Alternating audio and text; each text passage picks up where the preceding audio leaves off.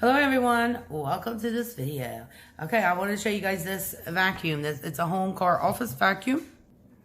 Okay, so I'm just going to show you a little bit of what's on the vacuum. So first thing is we got a light that comes here that shines. And then when you take this off, there's a button up here you press. And the filter is an easy removal. Very easy. The inside of it. Very easy to put on and to take off. And same thing with attaching it. Very easy. With these, they're just an easy slide in out the tip.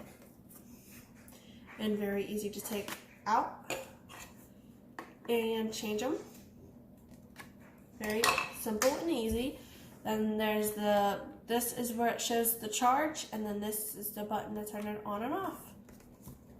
Very light and simple.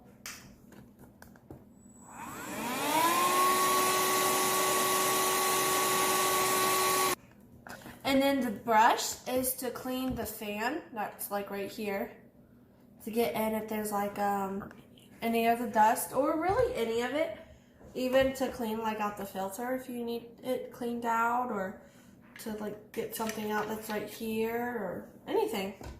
So very easy to attach back. Okay, so now we're going to take it out to our vehicle and show you how good it works.